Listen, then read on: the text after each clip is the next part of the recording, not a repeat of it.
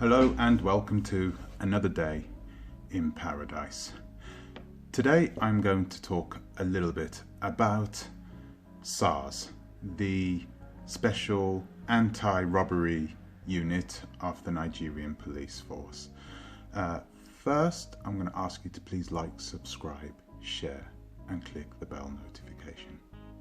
Before I get into it, I want to say congratulations to the brothers and sisters in Nigeria for the dissolving of the Special Anti-Robbery Squad in Nigeria.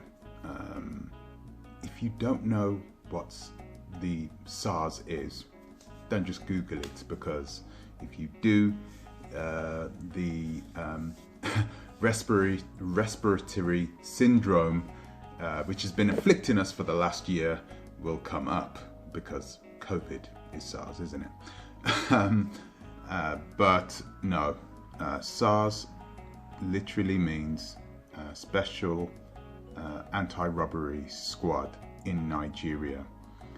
So when you say the word SARS in Nigeria, yeah, it conjures up fear in more than one way.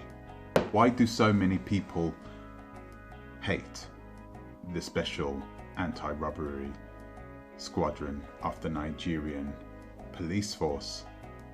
Well, people hated it because they were corrupt, extremely corrupt.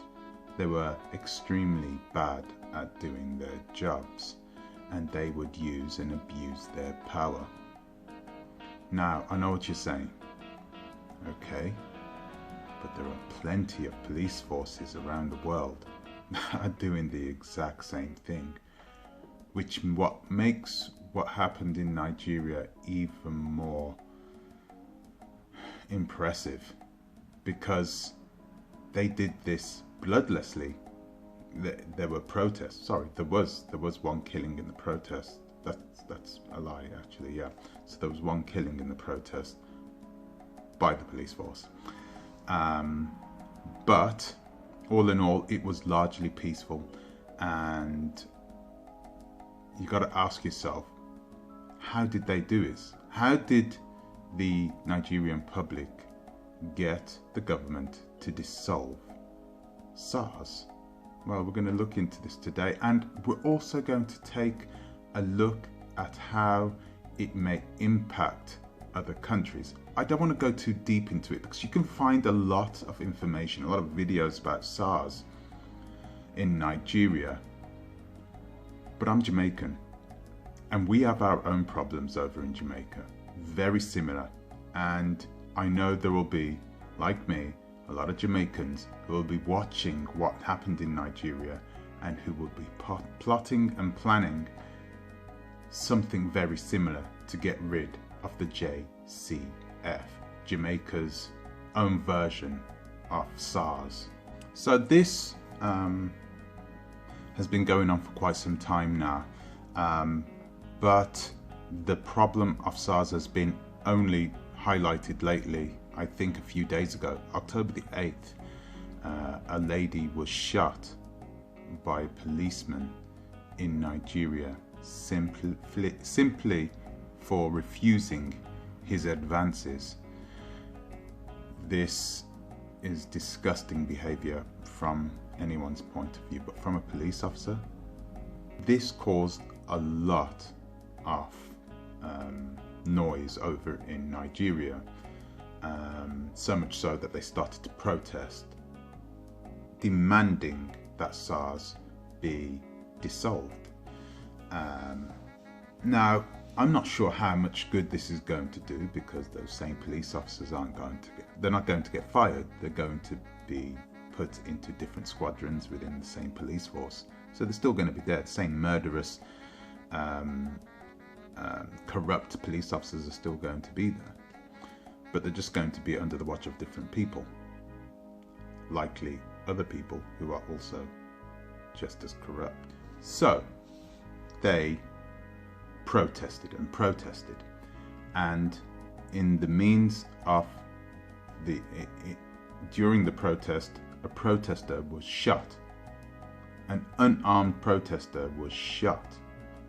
And this really stirred things up. There were protests at embassies all over the world. Nigerian embassies all over the world saw protests demanding the dissolution of the special branch, that is SARS, in Nigeria. So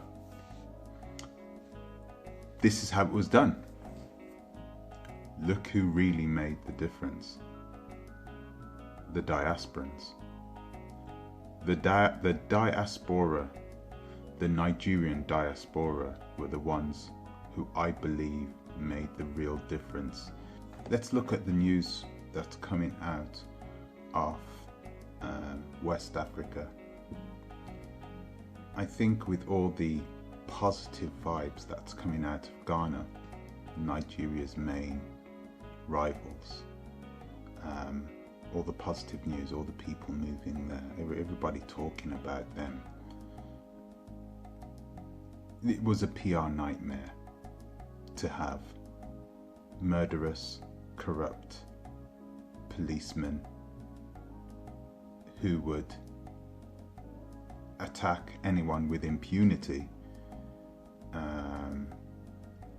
even forcing money from these people, extorting money from people who don't have that much money in the first place. The last thing the Nigerian government wanted was more negative news coming out of Nigeria. So less than 24 hours ago, this SARS was dissolved, and it was, like I said, by the help of the entire diaspora and the continental Nigerians living right there, who said enough was enough. So me, as a Jamaican, I really am driven by what I've seen in Nigeria. It's a beautiful thing to see, because we have our own problems. There are countries that have worse problems than what Nigeria were having right there and then. I mean, look at my own country. Jamaica. We have a police force, a special section of the police force, the JCF, the Jamaican security forces. And these people, they are the most corrupt police force in the Caribbean. They are so murderous. They do not care. They don't care. Literally, they are worse than what I've been hearing coming out of Nigeria. Okay? I want to play you a clip, right? And it's important that you see this clip so you get some sort of understanding of what is happening back in my land of Jamaica. Take a look at this. Them are searching you, them searching you. So them don't keep the people there. If nobody never out there, then shoot them. The police claim to find some weed or marijuana at this roadside stall, and 2 men are arrested.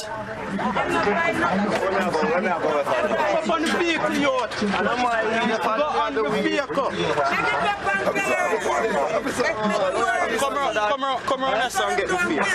Up on the vehicle. Go on there, come around us and get the face.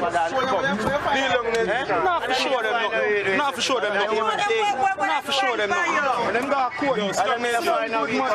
Me want us to want that space.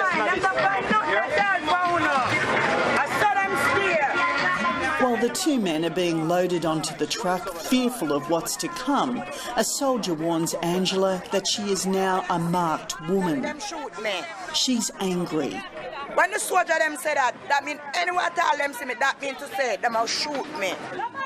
Because him a cuss him bad than a go on. That means to say my life in jeopardy with them now. Because them wrong. But them do them wrong. We poor people and we call poor people them treat you like dogs. Police know there was at least one remaining witness to the fatal shooting of Angela's son. And the locals here fear that the police think the witness may be one of these young men.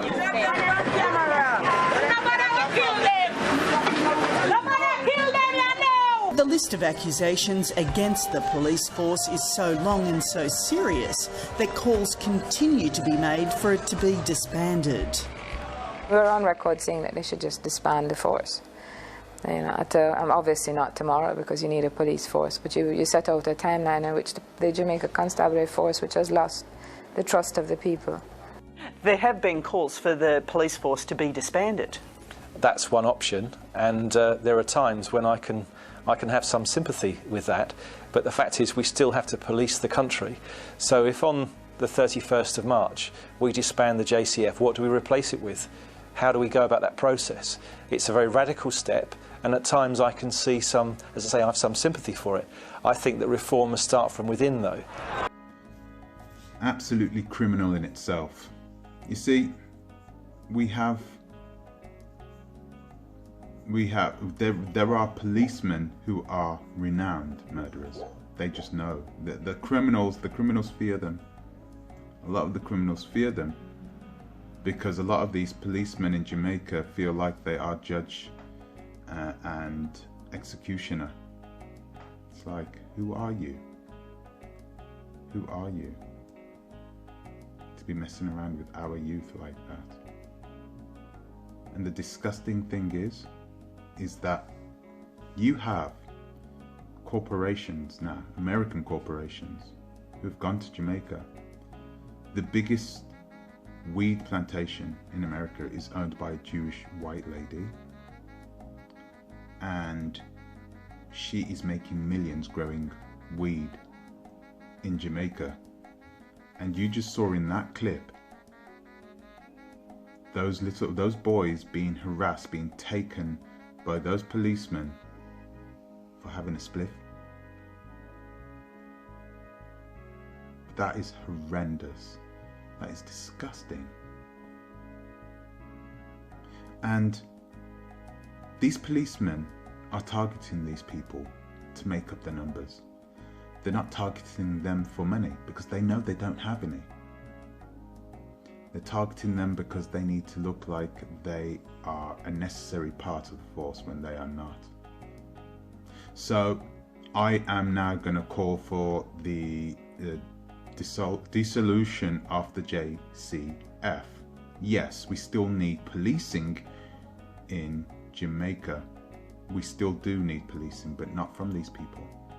We need to weed out these disgusting, murderous cops out of the Jamaican JCF and make sure we hold our politicians accountable for their actions, because they should be made accountable for what they do. We can do this. We can do this, especially us diasporans, because we're in a really good situation where we are safe. We are safe. We're not in Jamaica. Jamaica's a small island. We are safe. We're outside Jamaica. We can talk online. We can spread the word. We can speak to people and tell people about what's happening in Jamaica too. So we can start our own movement to get rid of these people. I find it hard to call them people. That's my proclamation. That's what I'm going to try and do. Why not? I'm going to try and start something. Let's try and start something where we can really make a difference in our own little island, in our own nation. So, is there any Nigerians out there that had any problems with SARS? I would love to hear your experiences. Please leave your comments below. Any questions that you have about the JCF, I'll try and answer them as best to the best of my ability. So once again, guys, thank you for watching. Thank you for listening. Thank you for everything. I really do appreciate you. And keep watching this space, and I'll see you in the next one. Ta-ra a bit.